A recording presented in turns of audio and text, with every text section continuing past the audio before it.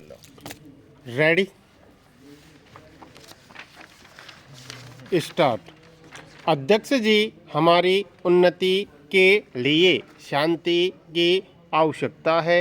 देश में हम शांति चाहते हैं और विदेश में भी, अंतर्राष्ट्रीय क्षेत्र में भी शांति चाहते हैं। देश में तनाव होते हैं, अनेक प्रश्न उठते हैं, जैसे परिवार में और भाई बहनों के बीच में भी उठते हैं। हमने हमेशा यह समझा कि ये जो अभाव के प्रश्न हैं, ये शांति से और मित्रता से सुलझाए जा सकते हैं। यह हमने माना है और आज भी हम मानते हैं और इसी कोशिश में लगे रहे, और आज भी हमारी यही कोशिश है।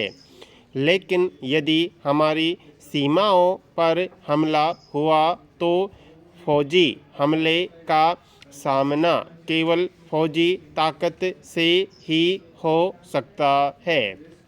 कुछ ही दिन पहले मैं कुछ सीमाओं पर घूमी। हमारे बहादुर जवान और अफसर किस हालत में रह रहे हैं, कितनी कठिनाई, सर्दी और बर्फ को सह रहे हैं, यह मैं देखकर आई। किस हिम्मत और साहस से, किस भावना से वे वहाँ हैं, यह भी मैंने देखा। मैंने उनको विश्वास दिलाया कि उनके पीछे सारा देश है। मैंने अपनी तरफ से उनको शुभकामनाएं दी। भारत सरकार की तरफ से शुभकामनाएं दी और आप सब जो वहाँ नहीं थे, आप सब की तरफ से भी शुभकामनाएं दी। मुझे पूरा विश्वास है कि हमारी तीनों सेनाओं के हाथ में भारत की स्वतंत्रता सुरक्षित है, लेकिन हमारा भी कर्तव्य है कि जब वे ये सब कठिनाइयाँ सह रहे हैं, अपनी जान देने को तैयार हैं, तो हम भी अपनी एकता बनाए रखने के लिए कुछ कष्ट उठाएं। हमारे कुछ रास्ते हैं जिनको मैंने आपके सामने रखा है। यद्यपि वे पुराने रास्ते हैं, लेकिन हमें उनको दोहराते रहना है, जिससे कि हम उनको न भूलें। एक रास्ता समाजवाद का है। समाजवाद क्या है? कोई कुछ कहता है, कोई कुछ कहता है, लेकिन एक साधारण चीज़ है। उसके मायने केवल यह हैं कि देश की गरीबी हटाई जाए, देश में जो गरीब और अमीर का अंतर है उसको कम किया जाए।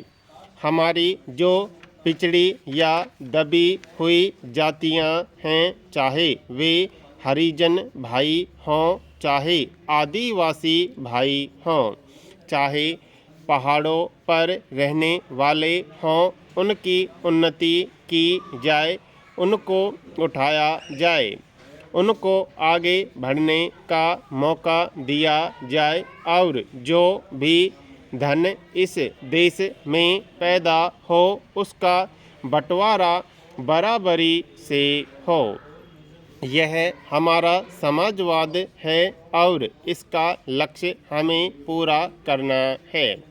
इस रास्ते पर हमें तेजी से चलना है। भारत के सपूतों, चाहे औरत हो, चाहे मर्द, चाहे मजदूर हो, चाहे किसान, चाहे व्यापारी हो, चाहे कारखानेदार, चाहे अध्यापक हो, चाहे विद्यार्थी, चाहे लेखक हो या कलाकार, आप सब भारत के सपूत हैं। इस बात को कभी न भूलिए कि आपकी नसों में किन वीरों, किन महान व्यक्तियों का खून बहता है। आइए आज हम इस अविश्वास को विश्वास में बदलें, इस निराशा को आशा में बदलें। तब हम देश को मजबूत कर सकेंगे। यह बुनियाद बनाई है।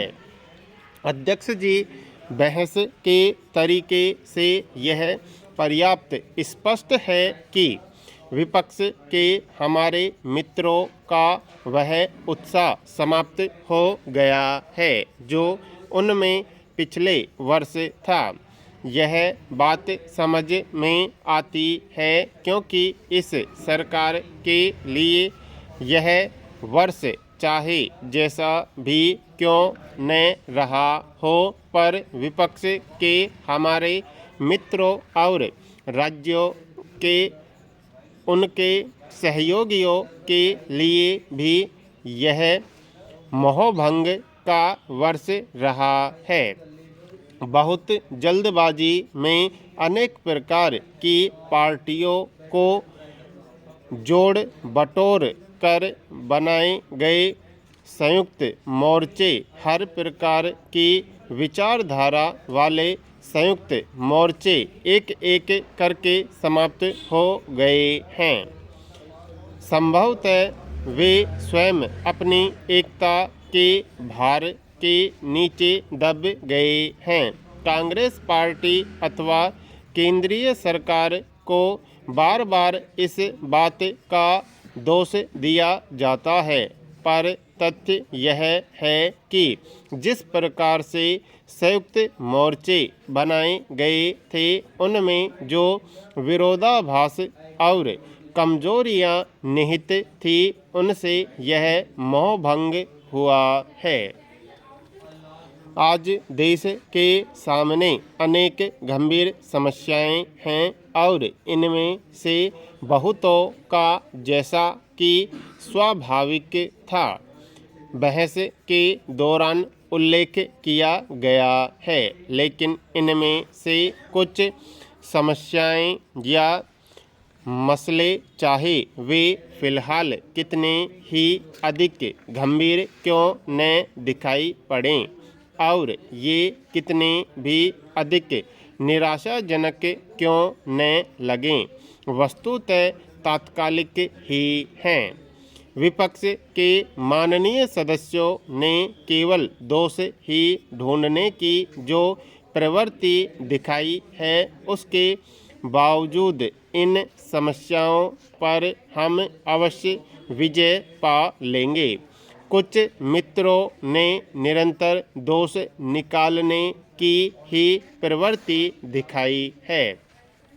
प्रसिद्ध अंग्रेज लेखक ने कहा था कि हर चीज में दोष निकालने वाला व्यक्ति वह होता है जो प्रत्येक वस्तु का दाम जानता है, लेकिन किसी भी वस्तु का महत्व नहीं जानता।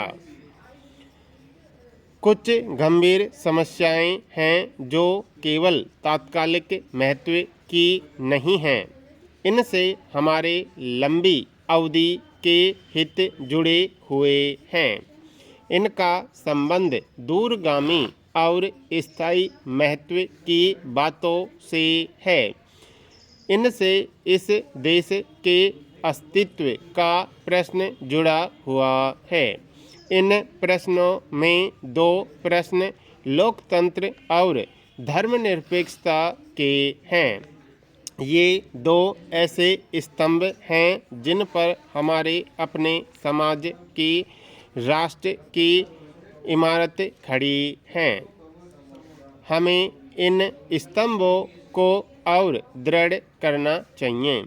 यह प्रश्न केवल एक पार्टी का नहीं है और न ही यह ऐसा प्रश्न है जिस पर क्षेत्रीय, स्थानीय अथवा किसी भी प्रकार की संकीर्ण दृष्टि से विचार किया जा सकता है। इन पर इससे कहीं ऊंचे स्तर पर विचार होना चाहिए। मुझे यह देखकर बड़ी प्रसन्नता हुई कि बहुत से भाषण सागरभित हैं। निश्चय ही ये विपक्ष के कुछ माननीय सदस्यों द्वारा विनाशकारी क्रोध में प्रकट किए गए विचारों से अधिक स्वागत योग्य हैं। राष्ट्रीय एकता के प्रश्न पर कुछ गहरी भावना है।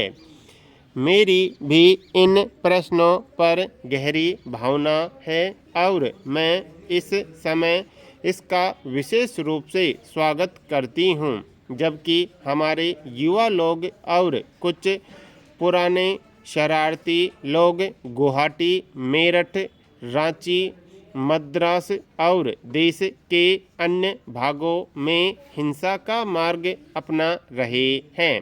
एकता कायम रखना हमारा दायित्व है।